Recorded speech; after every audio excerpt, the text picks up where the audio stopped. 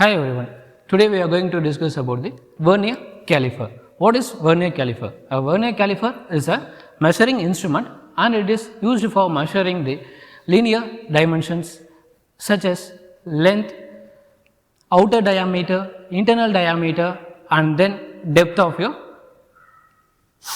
samples. Okay.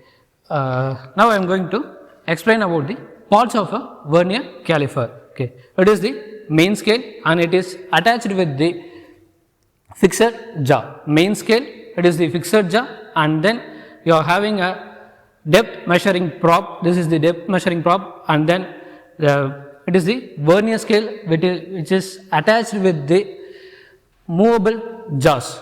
Okay. Before going to measure in your vernier caliper, you must know about the least count. What is meant by least count? The least count, which is the smallest measuring value in your instrument. Okay. In your vernier caliper, one small division on your in the main scale, which is equal to 1 mm. Okay. Then number of divisions on your vernier scale, which is equal to 50 divisions. It is your vernier scale. In this vernier scale, you are having a 50 divisions, and then it is your main scale. One small divisions in your main scale, which is 1 mm, and then 50 vernier scale division, which is equal to the 49 main scale division. Okay. Here just close your vernier, fix your vernier, you have check here it is having a 50 vernier scale divisions. Okay. At the end of the 50th value, you just see your merging value in your main scale. It is having an 49 divisions, which is 49 mm. So, each division on your vernier scale, which is 49 divided by 50 mm. Okay. The difference between the one main scale division and your one vernier scale division, which is you have to calculate the difference between one main scale division and one vernier scale division, which is 1 minus 49 divided by 50 mm. Okay. Then 50 minus 49 divided by 50 mm. So, 1 by 50 mm. The least count of your vernier caliper, which is 0.02 mm. Okay. After knowing about the least count, you have to know about the calibration. What is meant by calibration? Calibration is the comparison between the standard measurement and then your measuring instrument value. Standard measurement value, and it is the comparison between the standard measurement value and your measuring instrument value. Okay. Now I am going to measure for the outer diameter for this specimen. Okay.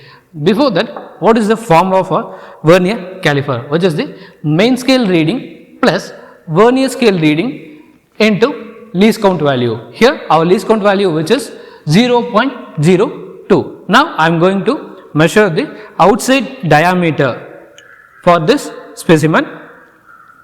I am fixing my specimen here at the center position, and then after that I am making a tight with my lock screw. Then I am going to see the readings. Okay. Till now we have seen about how to measure the values using our instrument vernier caliper. Then I am going to show you how to calibrate our instrument. Okay. Before going to calibrate, you are going to fix the points at the end and then tight your screw. Then you are going to see the zero value in your vernier scale, which is coincide with the zero value in your main scale. Here see the zero in your vernier scale, which is absolutely coincide with the zero in your main scale. Then I am going to calibrate my instrument. Okay. It is the slip gauge, and then I am going to check it is having a standard measurement. Okay. Then I am going to measure my value with whether it is correct or not. It is having an accurate value of 0.2 mm. Okay. Then 2 mm. Then I am going to measure using my instrument whether it is showing the accurate value or not. So I am going to fix my sample here.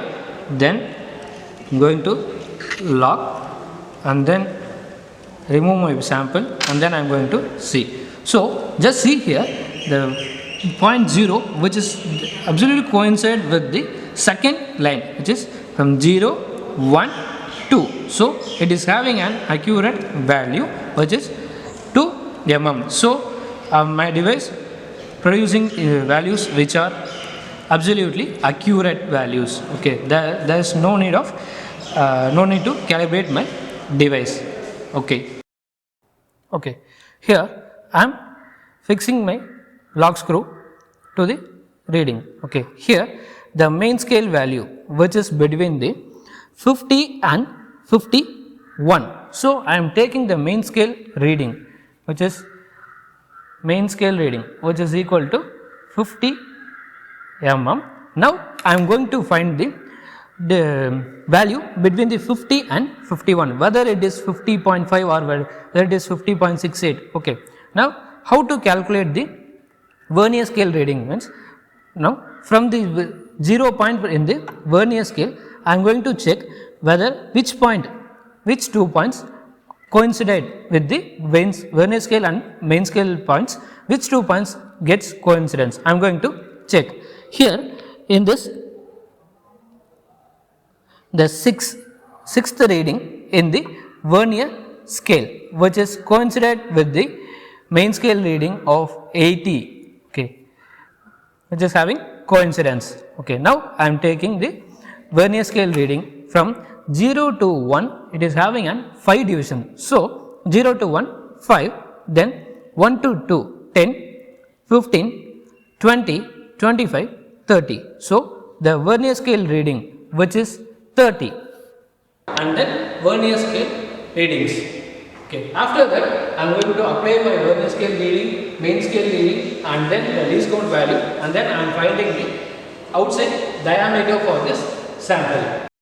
Okay, our main scale reading which is 19, then our Vernier scale reading which is about 28, the point 28 on your Vernier scale which is coincide with the main scale value. So, the main scale reading which is 19, then 28 into 0.02 which is 0.56. So, the actual inner diameter which is 19.56 mm. It is the actual inner diameter of our sample.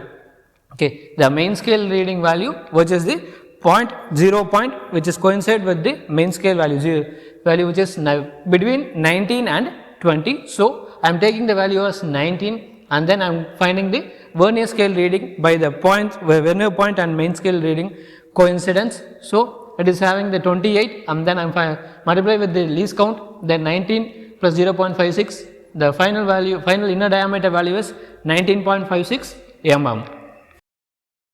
Now, we are going to measure the inner diameter of this sample. Now, I am going to measure the inner diameter. I am just move my Vernier scale, and then I am taking my sample and fix here.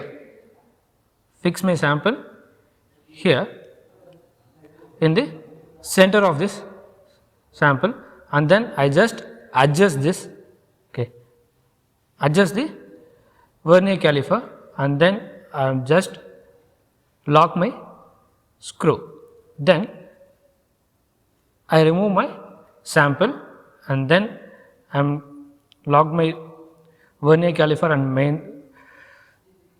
Vernier scale and main scale. Then I am going to see, we are going to see the readings for the main scale reading and then Vernier scale reading to find the inner diameter. Just I am going to see the value here. The 0 in the Vernier scale which is in between the 19 and 20th points in the 20th divisions in the main scale. Okay. So, the main scale reading which is about 19 and we are going to find the Vernier scale.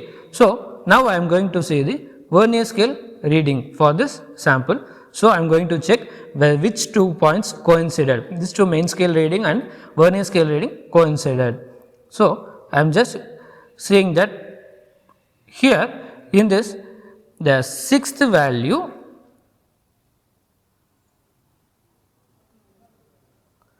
here the value which is about 5 to 6 here.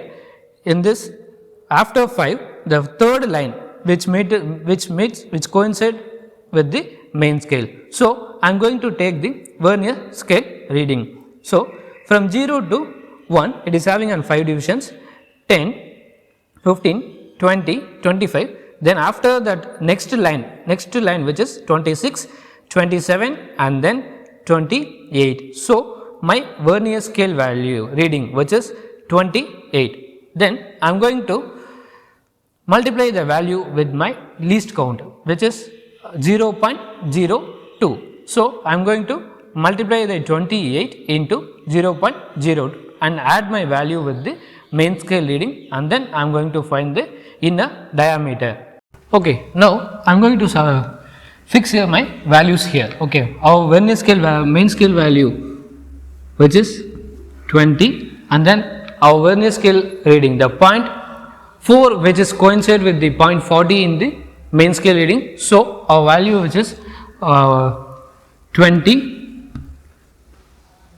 Okay, from 0 to 1 we are having the 5 divisions. So, 4 into 5 20. So, 20.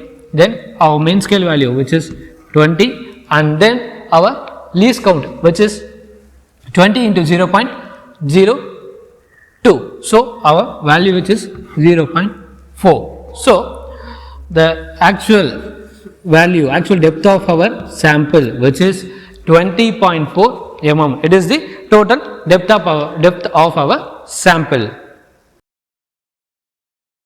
Then we are going to measure the depth of this sample. Okay. Now, how to measure the depth? By adjusting our Vernier scale, the depth measuring prop which gets opens, then I am going to fix it in my sample. So, at the center I am fixing it, and then I just move my Vernier scale, the point at the end of the depth measuring prop which touches the table surface, then I have just locked it, and then I am taking it, and then I am going to measure the value. So, at the Vernier scale value 0 which is between the 20 and 21, it is slightly differ from the point 20. Okay. Then I am going to measure my the main scale value which is 20, and then I am going to find the Vernier scale value. So, I am going to see the Vernier scale. So, from the point 0 I am seeing from the point by point at the point 4 which gets coincide with the point 40 in the main scale reading, the point 4 in the Vernier scale reading which is getting coincide with the point 40 in the main scale reading. So, I am fixing it as a Vernier scale reading. From the point 0 to 1 it is 5 divisions, 10, 15, then 20. So, my Vernier scale value which is 20, then I am going to multiply it with our least count value which is 0.02. So, I am going to multiply my 20 into 0.02 with the, and then I am going to add it with the main scale reading.